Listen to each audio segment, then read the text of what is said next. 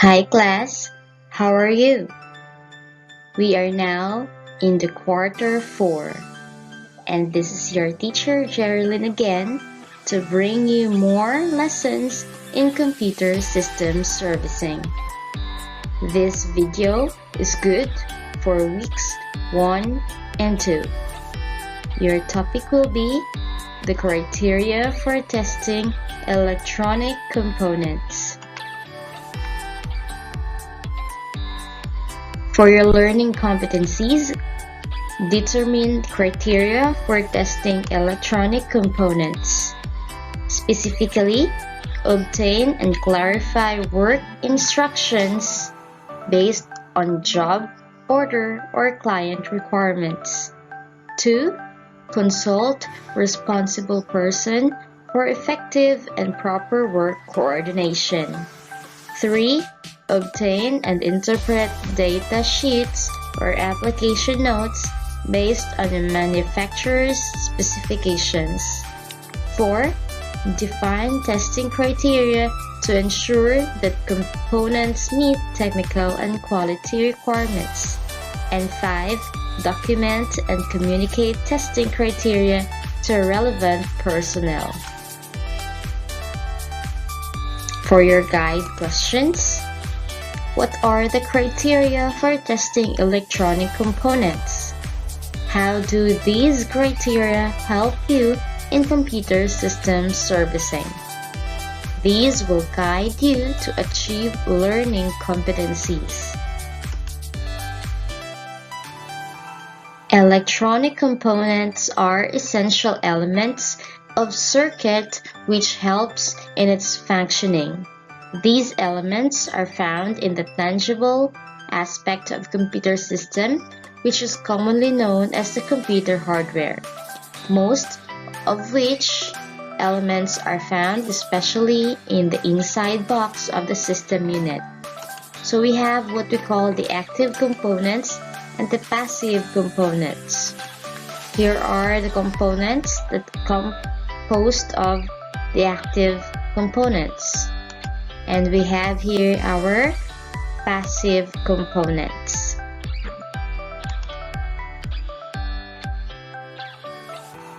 So for active components, we have our transistor.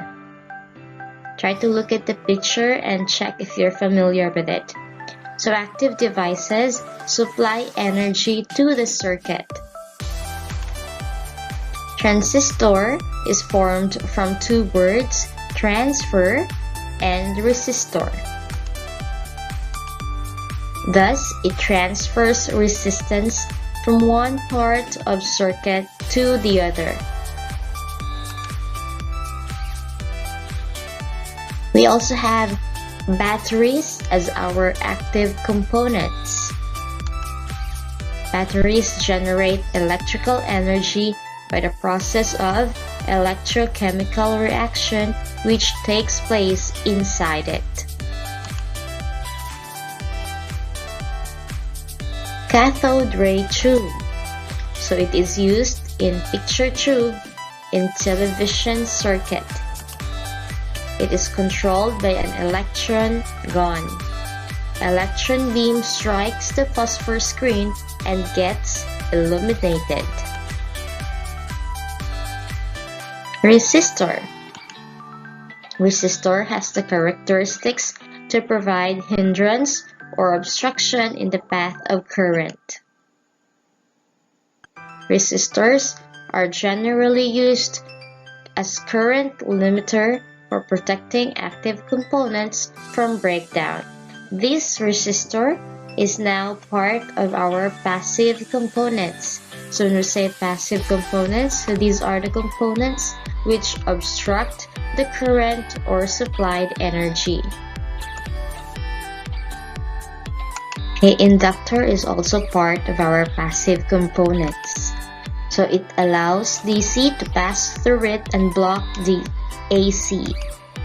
It provides low resistance to DC while high resistance to AC. Thus, it is used in the devices which are used in application where AC ripples are not desirable.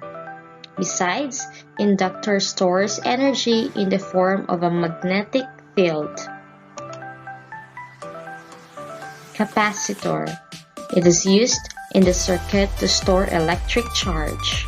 It is significant in rectifier circuit, filter circuit, etc. So besides the property of capacitor to provide low reactance to AC and high resistance to DC is of virtual importance in case of voltage regulator circuit. It filters AC ripples. Now let's proceed with the criteria for testing electronic components based on manufacturer standard procedure. So we have different criteria like functionality, compatibility, performance, usability, automation, and competitive analysis. Let's start with functionality. It can be performed on hardware or software products to verify that your product functions exactly as designed. The general purpose of hardware functionality testing is to verify if the product performs as expected and documented, typically in technical or functional specifications. Developers creating a new product start from a functional specification which describes the product's capabilities and limitations. Compatibility. It is performed to make sure your product functions in its targeted use environment. Often vendors also refer to compatibility testing as interoperability testing, which is either term refers to making sure your product functions correctly with other products in the real world when released. Performance validates that your product functions acceptably for the market in which you are releasing your product. No one wants a product that they must wait for it or that feels sluggish. Usability. It is performed to provide an independent analysis of a product in terms of how easy or difficult it is to use. This may cover documentation, installation, and product use cases. In addition, a range of different user experience levels may be evaluated.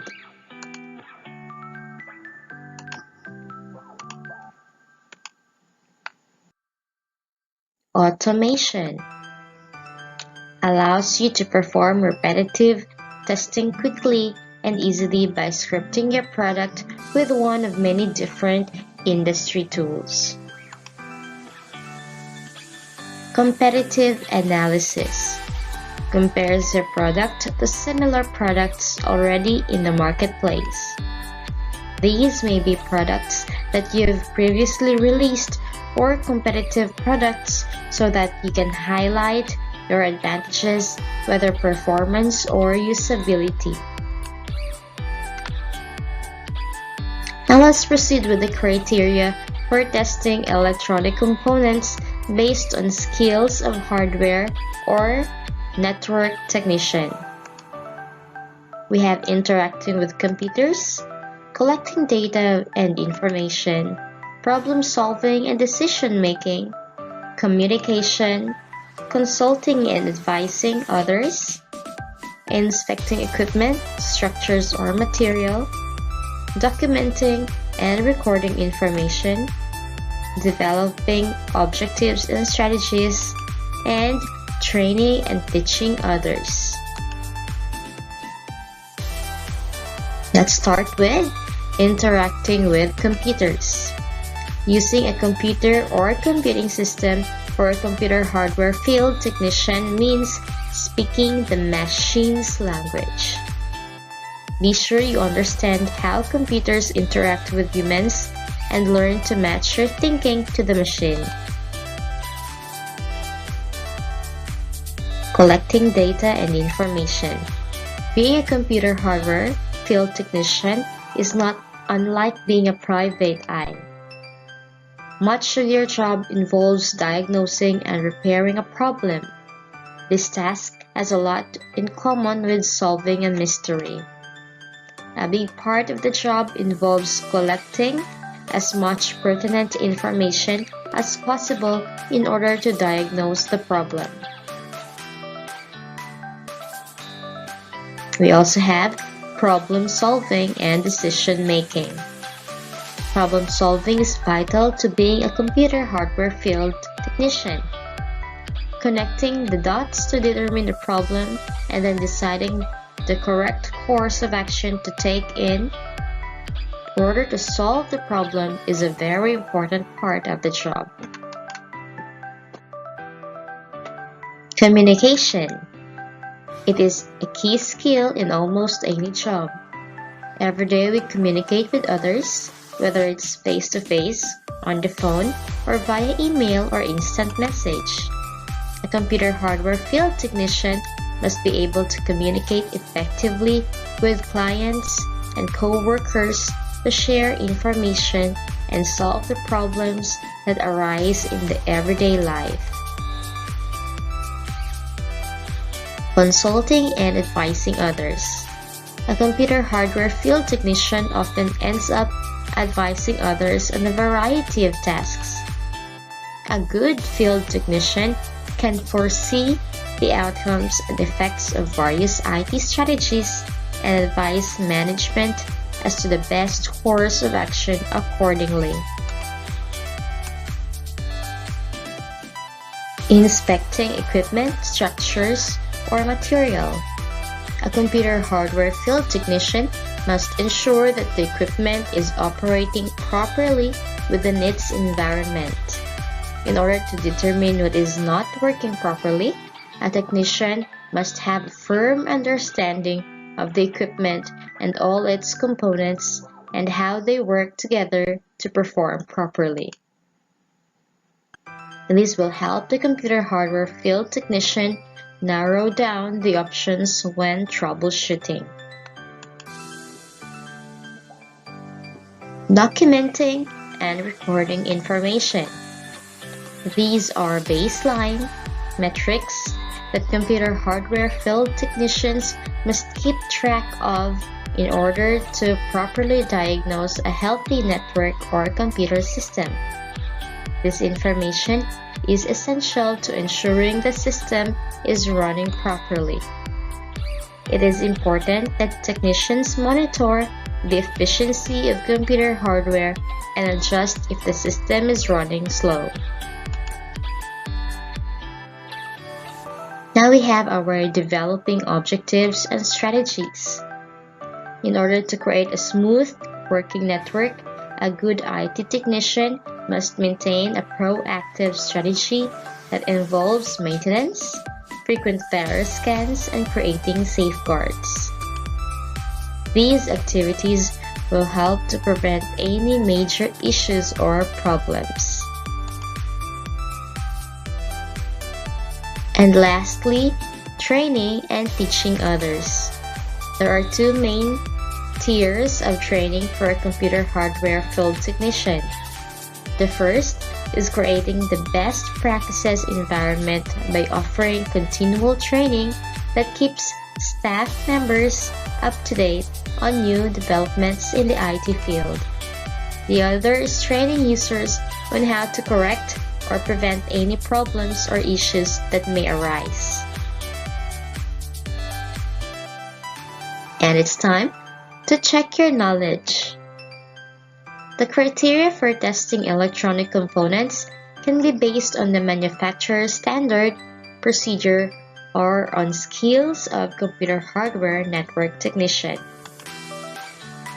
The criteria based on the manufacturer's standard procedure are functionality, compatibility, performance, usability, automation, and competitive analysis.